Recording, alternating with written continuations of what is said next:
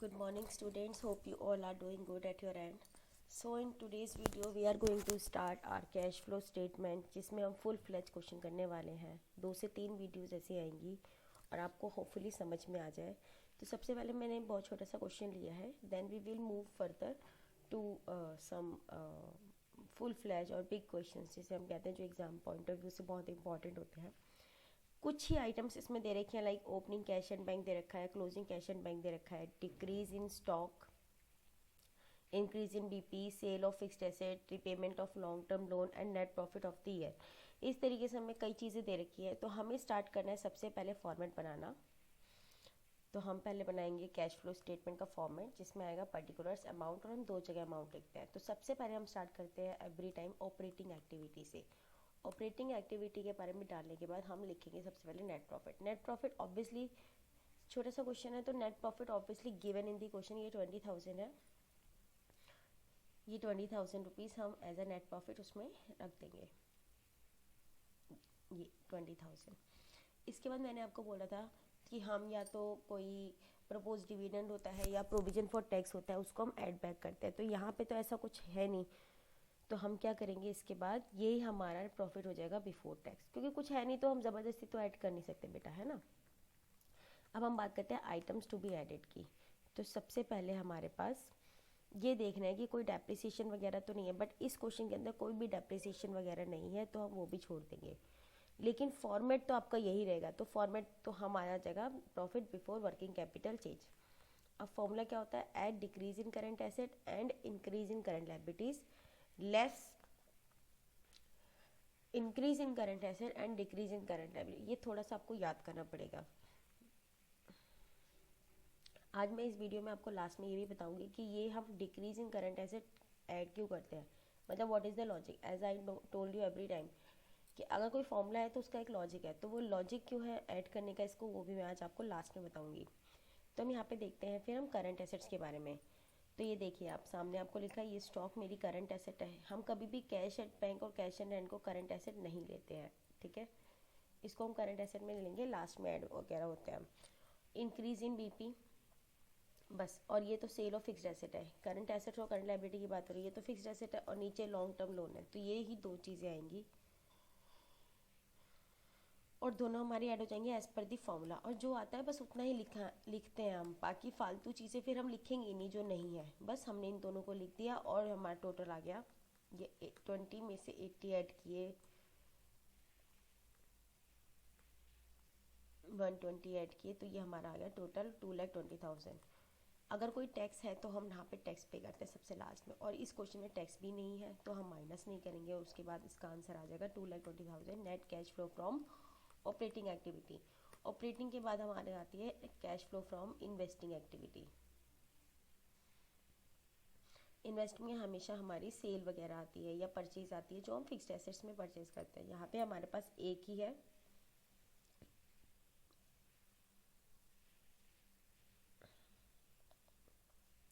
Cell of fixed asset 3 lakh. Sale हुई है तो बेटा हमारे को पैसा आया होगा, तो पैसा आया होगा तो लिख दीजिए sale of fixed asset 3 lakh और आंसर आ जाएगा 3 लाख। मीन्स हमें यहाँ पे ही छोड़ देना है 2 लाख, इसको हमें ये हमें टोटल नहीं करना है। यहाँ तक हमने करने के बाद इसको हमने बाहर रख दिया है क्योंकि हमें इसमें कुछ और ऐड नहीं करना है। इसी तरीके से हमने यहाँ पे 3 लाख लिखा, इसके अलावा कोई आइटम नहीं है तो हमने इसको बाहर रख दिया। ये लास्ट में तीनों ऐड होंगे, ठीक है। इसके बाद हमारी तीसरी एक्टिविटी आती है जिसका नाम है फाइनेंसिंग एक्टिविटी, जो हमें पैसा, जिससे हम पैसा वगैरह लेते हैं। तो हमारे पास देखिए एक आइटम दे रखा है जिसका नाम है लॉन्ग टर्म लोन, और पहले भी मैं आपको बता चुकी हूँ जैसे लॉन्ग टर्म लोन लेना है ना, या फिर शेयर इशू कर देना या डिबेंचर इशू कर देना, ये सब हमारे इसी के पार्ट होते हैं फाइनेंसिंग के। तो आपने रिपेमेंट की है, रिपेमेंट का मतलब है आपने पैसा दिया है, पैसा दिया है तो ऑब्वियसली पैसा जाएगा, तो रिपेमेंट ऑफ। तो हम यहाँ पे माइनस में लिखेंगे, इधर you can use bracket as well, in fact आपको ब्रैकेट ही, ब्रैकेट के बाद ब्रैकेट लिख का मतलब यही होता है कि आपका ये माइनस है बच्चे, है ना। उसके बाद हम यहाँ पे लिखेंगे, क्योंकि ये माइनस में फिगर आया तो हम लिखेंगे net cash used in financing activity. Minus का माइनस में आंसर आपका किसी भी एक्टिविटी में आ सकता है, तो घबराने वाली बात नहीं है। अब हम क्या करेंगे, इन तीनों को प्लस कर देंगे, मीन्स 2,20,000 प्लस का 3 लाख, कितना हो गया 5 लाख 20, और माइनस का 5 लाख, देन आंसर इज 20,000। इसको बोलते हैं नेट इंक्रीज और decrease in cash and cash equivalent. जो भी आएगा, डिक्रीज भी आ सकता है, इंक्रीज भी। अब हमारे को इसके अंदर क्या करना होता है, जो ओपनिंग बैलेंस दिया होता है that is given in the question, ये वाला opening cash and cash equivalent, ये हम ऐड करते हैं और हमारा आंसर ऑटोमेटिकली 1,70,000 आ जाएगा। इससे हमारा जो आंसर है वो वेरीफाई हो जाता है। तो हम यहाँ पे ऐड करेंगे, add opening cash and cash equivalent in the beginning, और उसके बाद वो आ जाएगा ऑटोमेटिकली 1,70,000। अगर ये 1,70,000 आ रहा है, फिर आप अपना क्वेश्चन में मैच करेंगे, क्या ये 1,70,000 है आपका क्लोजिंग। ये देखिए यहाँ पे आपका क्लोजिंग जो है वो 1,70,000 है, बस आपका आंसर फिर मैच हो जाता है। तो ये सेल्फ मैच्ड आंसर होते हैं, जिसको अगर आप करते हैं आपको साथ साथ पता भी चल जाता है ये पूरा ठीक है, और आपके पूरे 6 मार्क्स कंफर्म हो जाते हैं, क्योंकि 6 मार्क्स का क्वेश्चन आपका एग्जाम में आना ही आना है, ठीक है। सो ये हमारा एक छोटा सा क्वेश्चन था, लेकिन अब मैं आपको सिखाऊंगी एक बड़ा क्वेश्चन हम कैसे करते हैं, है ना।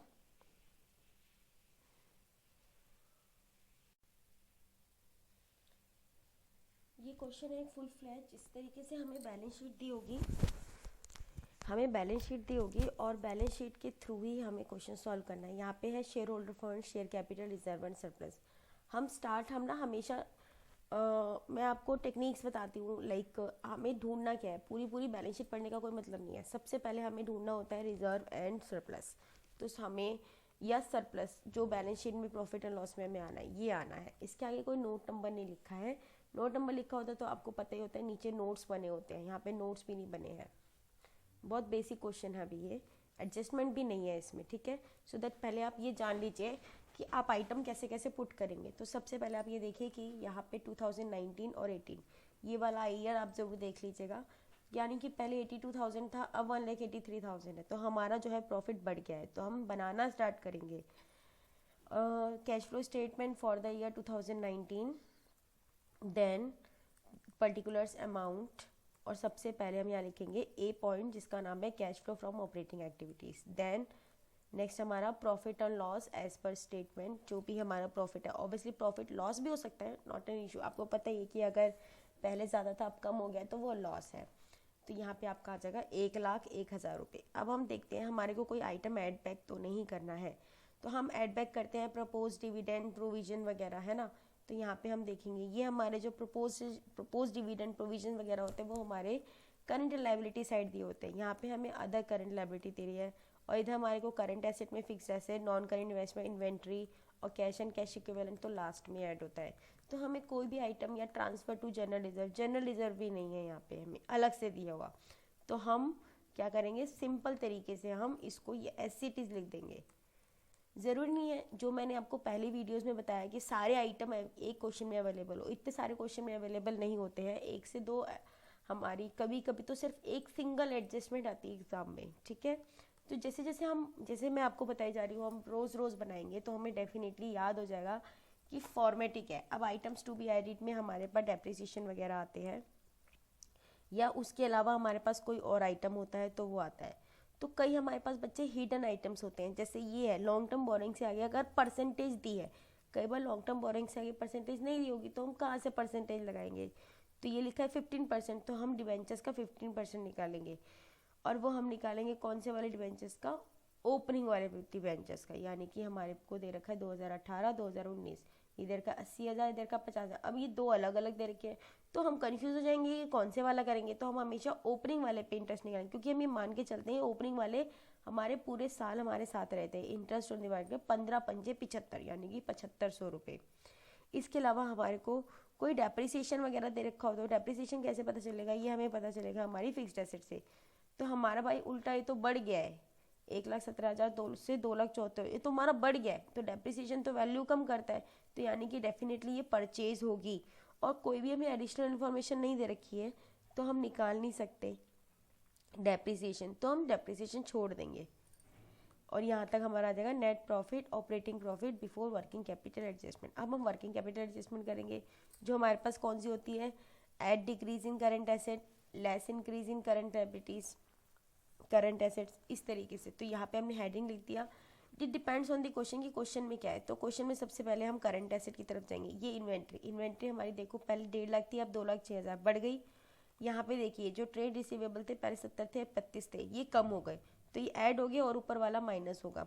तो सबसे पहले हम लेस वाला कर रहे हैं इन्वेंट्री के बारे में, -56,000 और add increase in current liabilities. अब हम इंक्रीज के पास जाएंगे लाइबिलिटी, तो ये हमारा ट्रेड पेबल देखिए बढ़ गया है, ये 40,000 ये, और अदर करंट लाइबिलिटीज़ हमारी कम हुई है, यानी कि हमने इसमें चारों आइटम हम लिख सकते हैं।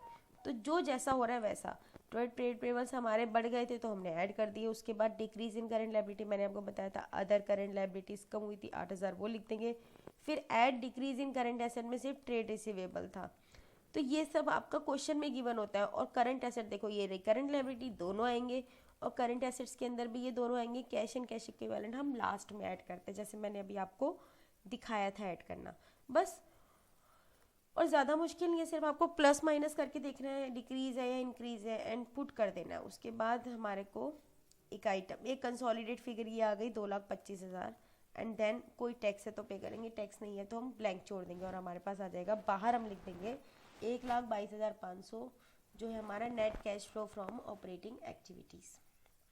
अब हम अगली हेडिंग डालेंगे जिसका नाम होता है हमारा बच्चे fund investing activity. Investing activities में आपको ना ज़्यादा कुछ देखना नहीं है।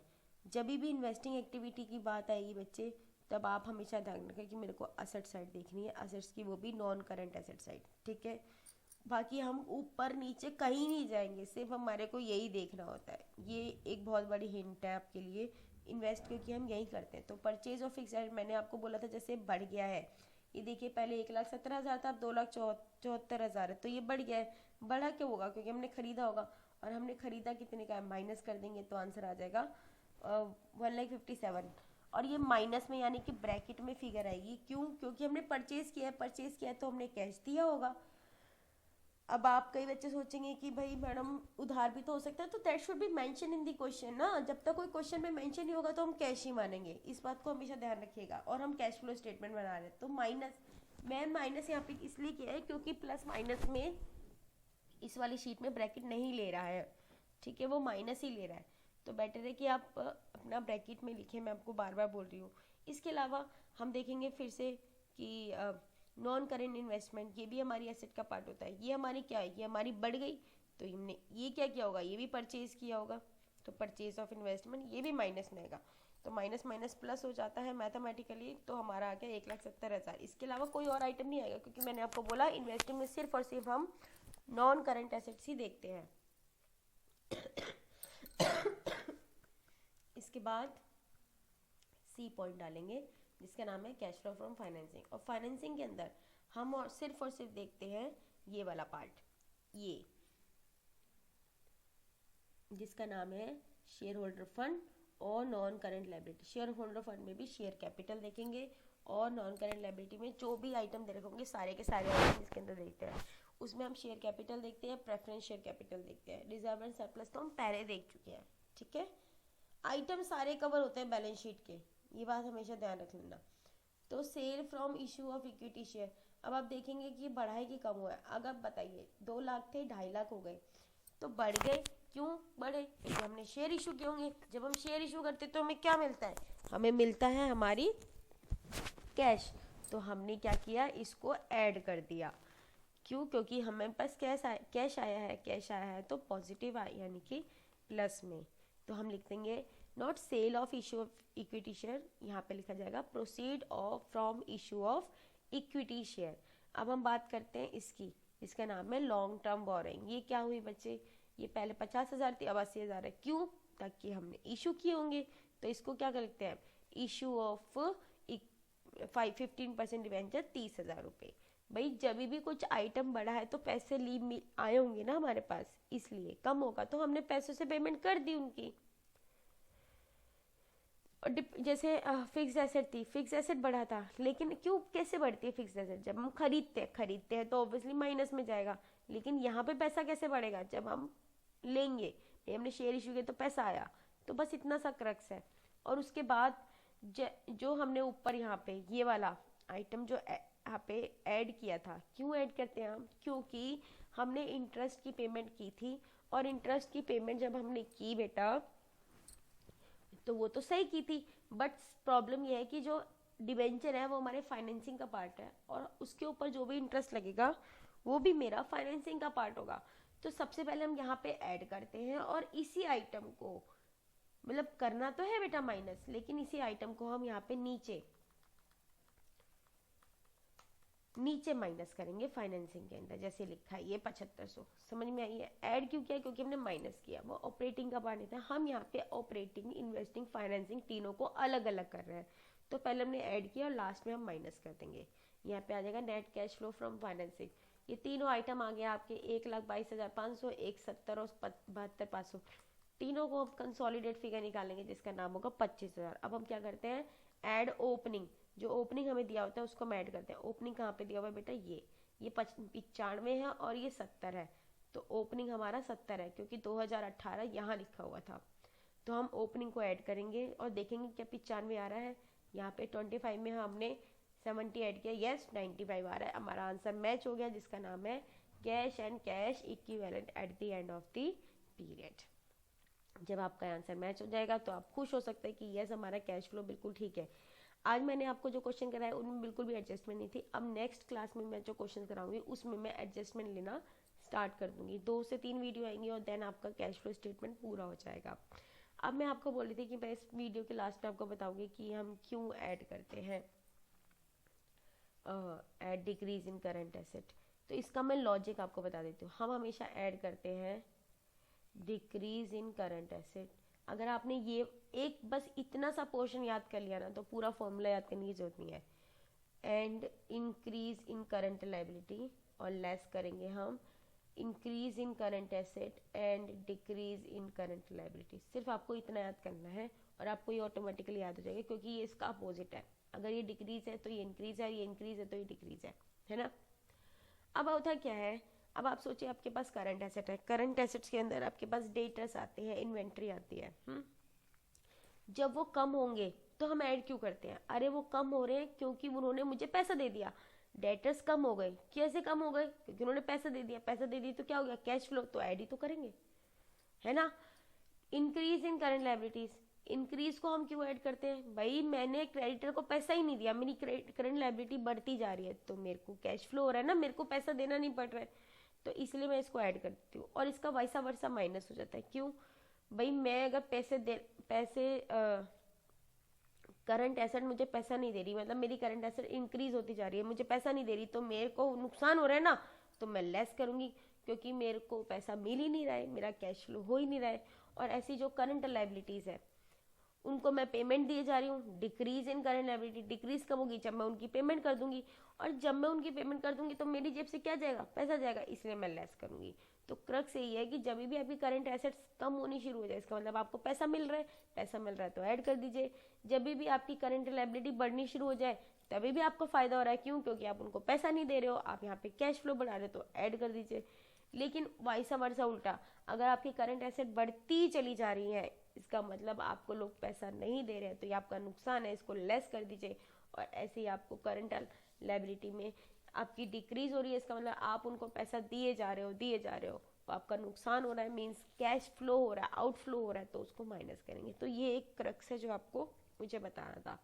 होप आपको समझ में आएगा। विदाउट एडजस्टमेंट के जितने भी क्वेश्चन आपके बनते हैं आप प्लीज़ उसे कर लीजिए। In case you have any query then please do let me confirm, because 6 marks का क्वेश्चन आपके एग्जाम में आना है और 1 मार्क्स का आपका थ्योरी भी आ सकती है, 1 और 2 मार्क्स की। ठीक है, चलिए फिर मिलते हैं नेक्स्ट क्लास में।